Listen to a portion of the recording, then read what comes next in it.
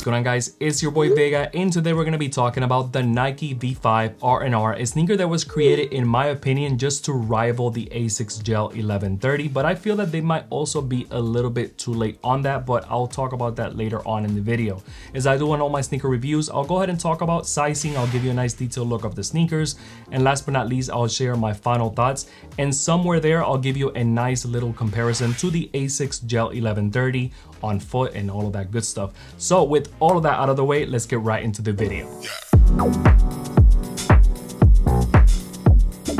Alright guys, let's get right into the video. I have the sneakers right here ready to go, and one thing that I want to let you know is that this is not a retro. Nike took inspiration from like Y2K designs and they created this sneaker. This is a brand new model. It might look like a retro, but it's not. And I feel that they did this just to compete with the Asics Gel 1130. But in my opinion, the 1130s right now are losing a little bit of hype and trendiness and all of that good stuff. So I feel that if Nike would have released this a year ago, they would have benefited a lot from the sales and they would have done a little bit better, because these are not necessarily selling out or nothing like that. But that's neither or there. I have the sneakers right here. So let me give you a nice detailed look of the sneakers. So as you can see, I have the sneakers right here in the lateral side, and it's basically full of a bunch of synthetic leather overlays, mesh, silver all throughout the sneaker. And right here, as you can see, it kind of has a nice little design texture right there that looks pretty nice as well. The midsole is in this nice off-white type of color, not necessarily like aged look, but an off-white color, of course. And then the parachute beige, as they call it, which to me is kind of like a golden brown. And then in the middle right here, we have a Nike swoosh right here in 3D. You can actually feel the Nike swoosh right there.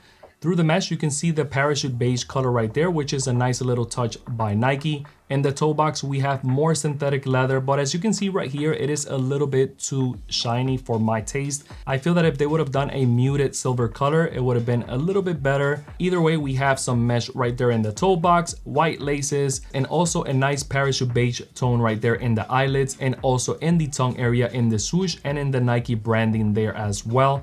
Also in the inside of the sneaker is nice and plush in the collar area right here, which is a pretty nice touch by Nike, especially at this price point.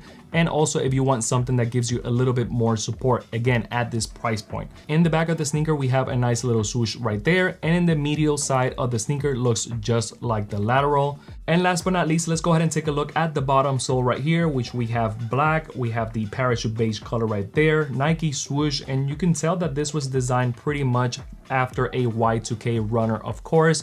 In my opinion, the sneaker itself looks a little bit more bulky in person. Maybe I'm just being a little bit picky, but that's just what it seems to me, of course. If you've been eyeing a sneaker that kind of gives you the whole Y2K vibes from Nike and you want something brand new, then this is definitely the way to go. It's not gonna break the bank or nothing at all, and it definitely rivals the Asics Gel 1130 for sure. As far as sizing, I feel that it could be a little bit tricky, so let's go ahead and talk about that right now. Alright guys, let's go ahead and talk about sizing, because sizing is a little bit tricky with this one just because we have more room in the toe box area right here. So naturally I am a size 10.5, and normally I get a size 10.5 on an Air Max 1, Air Max 90, Jordan 3s, Jordan 4s, Vomero 5s, and even the Asics Gel 1130. So you get the point, that is my true to size. So naturally I went with my true to size, and I find that they are a tad big. So I feel that I can even go down half a size, but it just depends in what you're trying to accomplish. If you want a very comfortable sneaker, just go with your true to size. If you want a snug sneaker, then I would go ahead and go down half a size, and you're going to be just fine as well. If you are a wide footer, just go your true to size and you should be good. And if your foot is pretty narrow, then I will definitely go ahead and go down half a size. Hopefully that pretty much clears everything out. I feel that if you go your true to size, you should be good to go.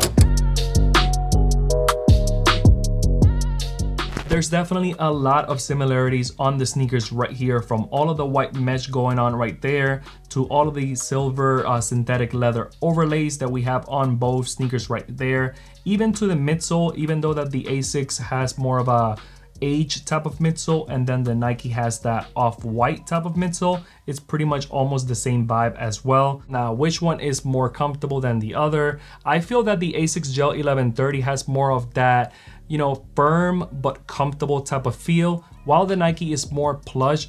Kind of reminds me of that whole React foam, especially at the price point. I feel that they're pretty good as well. I think that these are $10 less than the Asics Gel 1130s. So it's one of those situations that is more about branding to me, because if you're going for a Y2K aesthetic, they both pretty much give you that. But I feel that I would still take the Asics Gel 1130 because they are a little bit more sleek. So because of that reason, I feel that I would go with this one for sure. I feel that Nike is slightly a little bit late when it comes down to releasing this model right here. Remember, this is not a retro, so it's not like Nike is re-releasing a sneaker. This is a sneaker that Nike just created right now to rival other brands right now with their whole Y2K aesthetic.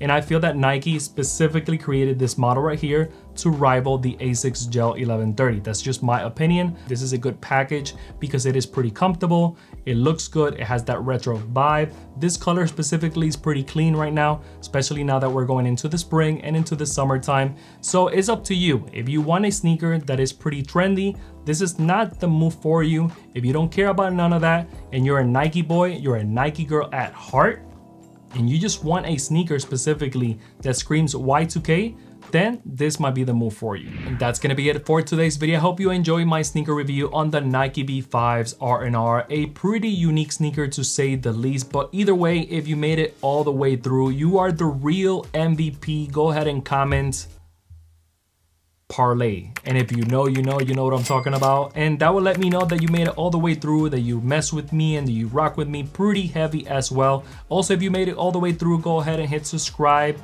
smash the like button. It really does go a long way. It helps the algorithm and all of that good stuff. And last but not least, follow me in my social media pages right there. With all of that being said, thank you so much for watching. I'll see you in the next one. Peace.